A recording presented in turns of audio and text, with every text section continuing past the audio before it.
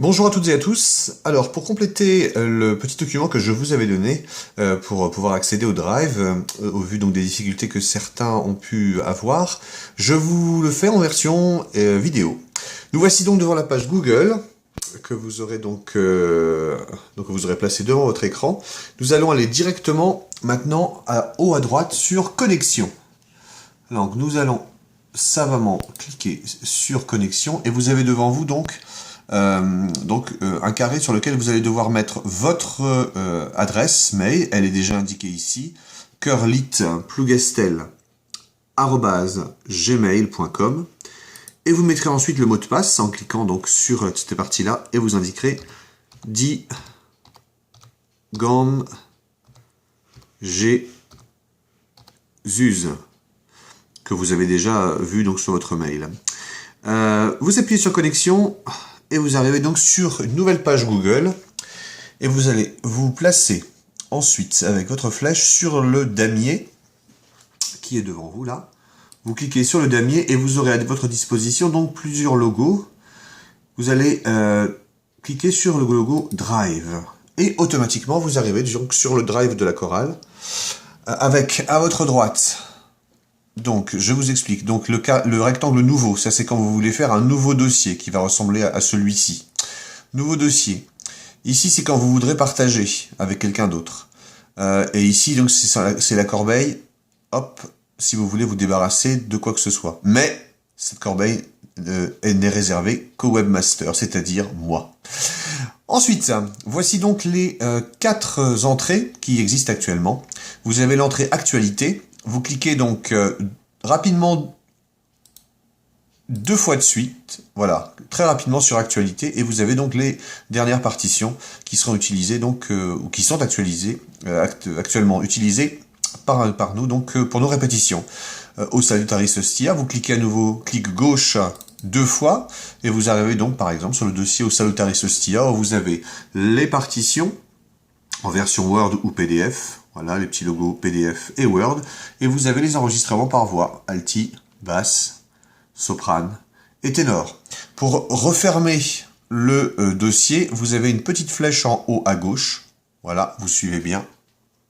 Vous cliquez dessus et vous revenez à la page précédente. Et là, vous pouvez aussi cliquer sur d'autres partitions, Adoramus Te, l'hymne pour le jubilé et le jubilé lui-même. On revient toujours aux pages précédentes en s'amusant avec les petites flèches droite et gauche. À gauche, on clique et on remonte en fait aux documents racines. Et à nouveau, vous retrouvez actualité. Archives, ce seront les archives que je mettrai, c'est-à-dire les liturgies des années passées, auxquelles nous pourrons nous référer dans des prochaines préparations. Les documents sur la liturgie, eh bien, ce sont des documents de réflexion. J'en ai mis 2 pour l'instant sur l'anamnèse, mais j'en mettrai d'autres sur d'autres moments importants de la liturgie au fur et à mesure. On clique à nouveau sur la petite flèche qui va vers la gauche pour revenir plus haut dans le document racine. Et ce qui nous intéresse tout particulièrement, c'est la partothèque. Vous cliquez 2 fois de suite, elle s'ouvre. Et vous voyez que vous avez donc, à nouveau, donc, plusieurs entrées qui suivent en fait le déroulement de la liturgie, du champ d'entrée jusqu'au champ de sortie. Les dossiers sont bleus. Et après, j'ai mis des dossiers de couleur verte qui suivent plutôt les temps liturgiques, qui partent de l'Avent jusqu'à la Toussaint. Et puis, un petit document orange pour Marie, un petit document rouge pour les messes complètes, quelques chants d'hiver, et il risque d'y en avoir pas mal, la liturgie des heures aussi, les funérailles, et enfin, nos cantiques en breton. Et certains cantiques seront distribués dans d'autres petits dossiers, et là, c'est surtout les cantiques très généraux. Voilà, je vous rappelle donc, pareil pour... revenir en arrière, on appuie sur la petite flèche, et nous allons aller dans Actualité maintenant pour 2 manipulations. Actualité, on clique 2 fois, donc imaginons, je clique sur Adoramus Te. Donc maintenant, je clique 2 fois. Voici la partition qui s'affiche devant vous. Vous avez 2 possibilités. Soit donc vous l'écoutez, ou soit, donc par exemple, vous pouvez l'imprimer, ici. Soit vous pouvez la télécharger. Imaginons, on va la télécharger. Donc, voilà, vous avez 2 choses. Alors, peut-être que ça va se présenter différemment pour vous, selon vos ordinateurs. Vous avez soit enregistrer le fichier, ou si vous voulez directement l'ouvrir devant vous, vous pouvez l'ouvrir, là, comme ça. Si vous enregistrez le fichier, vous allez faire OK et vous allez voir le dossier va remonter, hop, en haut ici, la petite flèche bleue. Et donc le fichier a été enregistré, vous cliquez dessus gauche et vous avez le petit dossier Adora Mousselet de Dubois qui est là. Vous cliquez dessus et il va s'ouvrir en fichier PDF. Voilà. Si vous voulez maintenant l'enregistrer, vous voyez la petite disquette, vous l'enregistrez là, ou bien vous pouvez directement l'imprimer. Pareil, pour fermer, vous allez directement en haut, sur les ordinateurs, sur la petite croix qui clôture. Vous retrouvez le document en consultation, que vous pouvez bouger comme ça, en faisant rouler la petite molette qui est ici. Vous faites remonter, descendre.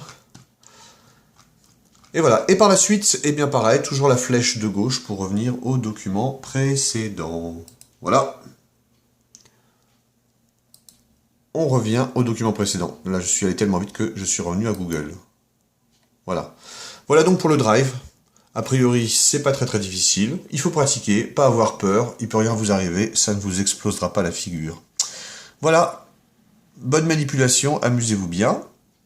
Et puis dans quelques minutes, vous aurez le droit à la nouvelle partition là, de cette année là, que l'on va chanter pour le carême. À bientôt. Évidemment, pour couper, pour fermer, ah oui, j'avais oublié, vous avez ici, tac, et vous mettez déconnexion. Et voilà. Bon week-end.